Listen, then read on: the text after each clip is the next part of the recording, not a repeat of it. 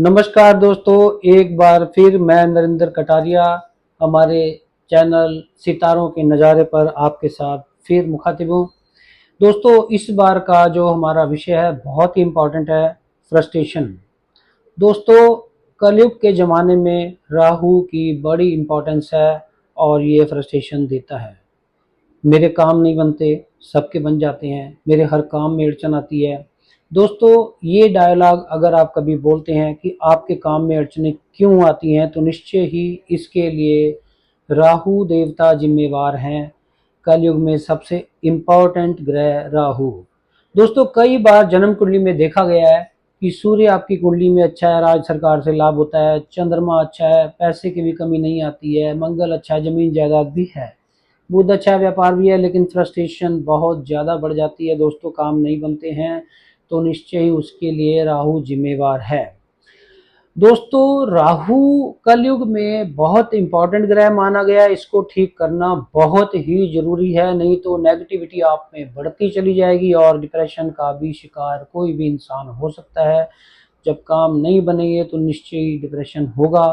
तो इसके लिए दोस्तों हमने राहु को प्रसन्न करने के लिए कुछ उपाय करने हैं। दोस्तों, वैसे तो राहु का नीला रंग माना गया है, जो डार्क कलर नील का होता है। इसलिए कई बार बोला जाता है, पुराने जमाने में कपड़ों में नील देते थे। दोस्तों, सफेद रंग कपड़ों का होता था तो नील देते थे, कोई और रंग हल्का सा खराब हो जाए तो नील देते थे। दोस्तों, हम ये नहीं कहते कि अपने कपड़ों को नील दें, लेकिन आप नील दान करके भी लाभ उठा सकते हैं। कुंडली के मुताबिक अगर दूसरा घर खाली है तो नीली चीजें, खास तौर पर कपड़े को देने वाला नील, मंदिर में, धर्म स्थान में दान किया जा सकता है। और इसके अलावा जल प्रवाह भी किया जा सकता है। क्वांटिटी कितनी होगी, किस दिन करना है, वो आपकी कुंडली के ऊपर निर्भर करेगा, लेकिन इस आसान से उपाय से दोस्तों काफ़ी लाभ उठाया जा सकता है। एक और बड़ी ज़बरदस्त चीज़ है दोस्तों, आप राहु को ठीक करने के लिए बहुत ही बढ़िया उपाय आपको बता रहा हूँ, अचार दान करना है। अचार मंदिर, गुरुद्वारे, धर्म स्थान में देने से दोस्तों, और लंगर में देने से, कहीं पर भी लंगर हो वहाँ आप दे सकते हैं। इसमें ये फ़ायदा होता है कि इसमें तेल जो होता है वो शनि का होता है, सब्जियां जो इसमें होती हैं, आम वगैरह, नींबू, गाजर, वो बुध के होते हैं, और दोस्तों जो मसाले हैं वो राहु होते हैं। तो ये तीनों चीज़ें किसी भी धर्म स्थान में दान करने से आपका राहु अच्छा फल देने लग जाएगा। अड़चनें आपकी काफ़ी हद तक रिड्यूस हो जाएंगी दोस्तों, क्योंकि जन्म कुंडली में राहु परेशानियां देता है, तो ऐसी चीज़ें ही दान की जाती हैं। इसके अलावा एक बहुत ही इम्पॉर्टेंट चीज़ आपको बताने जा रहे हैं दोस्तों।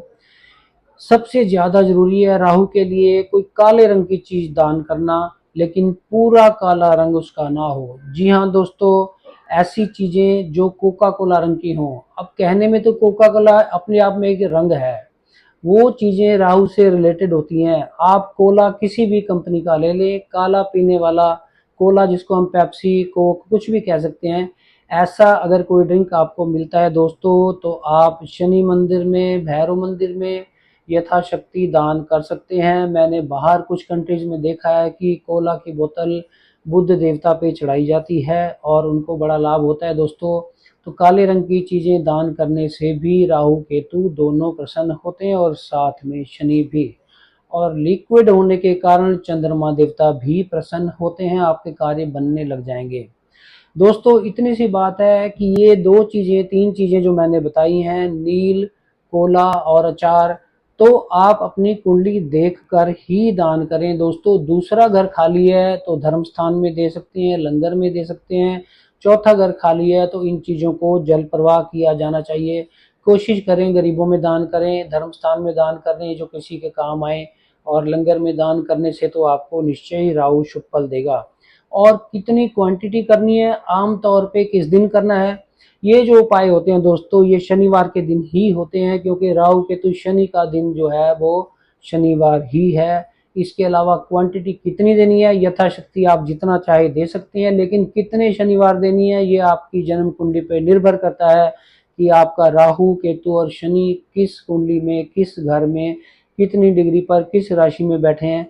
दोस्तों हमने पहले भी कई बार कहा है कि उपाय बड़े आसान हैं, लेकिन अपनी मर्जी से ना करें, किसी योग्य ज्योतिषी की सलाह लेकर ही करें। इसी तरह दोस्तों राहु से घबराने की कोई ज़रूरत नहीं है।